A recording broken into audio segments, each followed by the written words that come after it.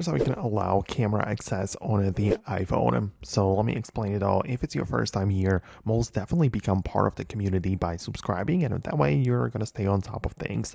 Anyways, whenever you download like a third-party app from the App Store, for example, it might be like a social media app or I don't know, whichever app that needs access to your camera.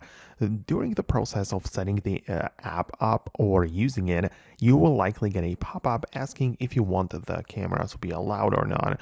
And you choose one of the options, like you might allow it or not allow it, but the point is that you can always change it later in the settings. So when you open up settings, you can see we have the camera right away, but it's not the correct camera settings because instead you have to go to the privacy and security first and then find the camera right here. And this is exactly what we need to do. So of course you have to scroll through the list of all of the apps which you have installed previously on your device, and those apps which have requested access to the camera are going to be listed in here. So you have the ability to change your mind if you allowed it or disable it, whatever you need to do. It is all listed right here. And of course, part of the privacy and security, you also have all of the other things which the app might access, like the contacts or health data, photos, whatever else it might be. This is generally the place where you control it all.